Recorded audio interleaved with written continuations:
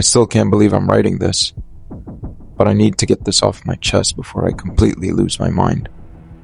Maybe this is just screaming into the void, but if you're reading or hearing my story, please make sure you double lock your doors and never ever trust the alerts that pop up on your phone in the middle of the night.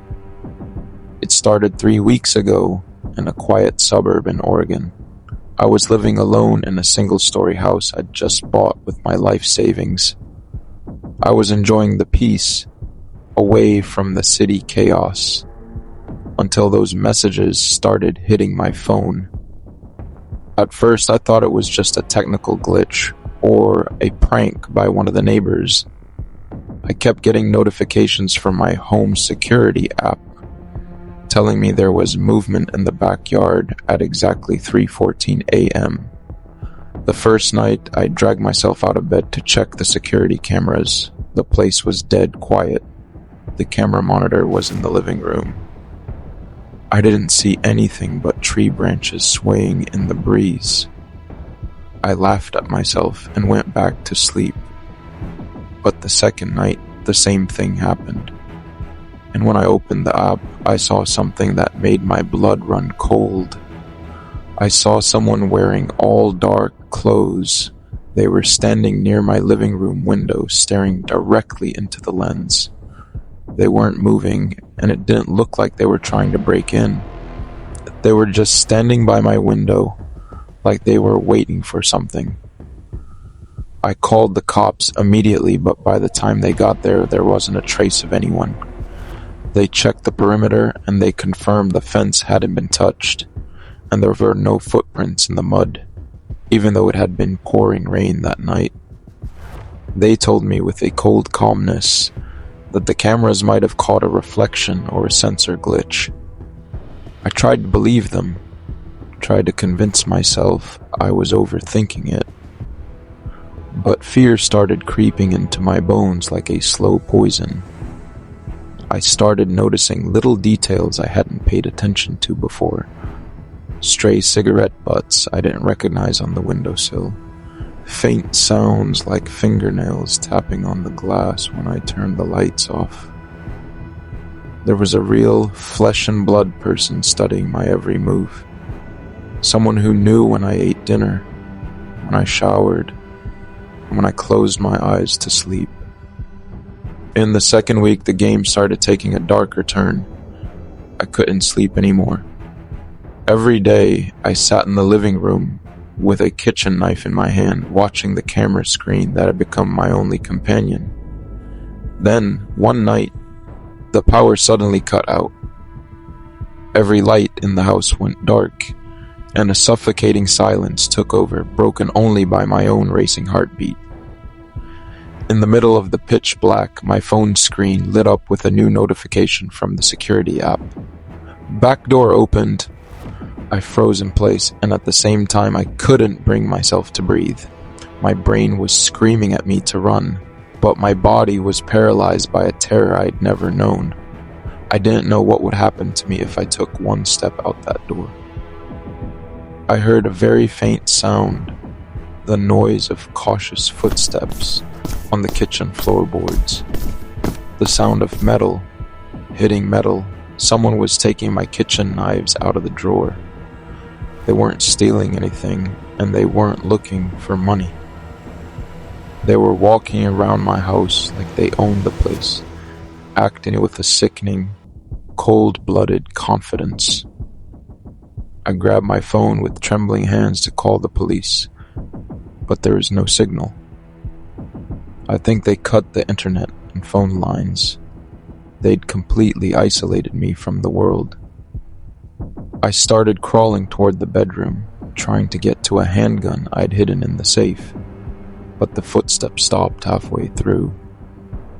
A long silence followed, and then I heard a faint whistling, a very familiar tune that I always hummed when I was alone in the bathroom. My heart nearly stopped. How did they know that? I started to realize that this person wasn't just some random intruder. This was someone who'd been watching me for a long time. maybe weeks or months before I even suspected they were there. They were hiding in the shadows, studying my habits, memorizing my breathing. And now, the real game had begun. They didn't break in to rob me. They broke in to make me realize I wasn't safe anywhere. And that the walls of my home, which used to be my sanctuary, had become a gilded cage where I was trapped with this merciless monster. I kept crawling toward the bedroom, moving as slowly as possible, trying not to make a sound. The knife still clutched in my left hand while my right hand felt along the floor for anything I could use. I finally reached the safe, opening it with fingers that were shaking so hard I nearly broke the key, and grabbed the gun hidden inside. I felt a second of relief, but then that tune started again, only closer this time, like the person was standing in the hallway leading to the room. I got up slowly, holding the gun with shaking hands, my shirt soaked through with sweat. It was pitch black, and I couldn't see anything but the silhouettes of the furniture. I heard steady, calm breathing, as if they were standing right behind the door. I raised the gun, holding my breath, and took a step forward. Suddenly, something heavy fell to the floor in the living room. It was a loud crash that made me scream in terror. I fired twice toward the sound. The bullets tore through the wall and silence returned. I walked cautiously toward the living room, my heart on the verge of giving out. I found a chair tipped over and the coffee mug I'd been drinking from hours earlier was smashed. There was no one there, but the smell of sweat and cheap cigarettes filled the room. The scent of someone who'd been way too close to me. I ran back to the bedroom to barricade myself inside, slammed the door, and pushed a chair under the handle. I sat on the bed, trembling, listening for any movement. After a long, agonizing few minutes, I heard a sigh coming from inside the closet.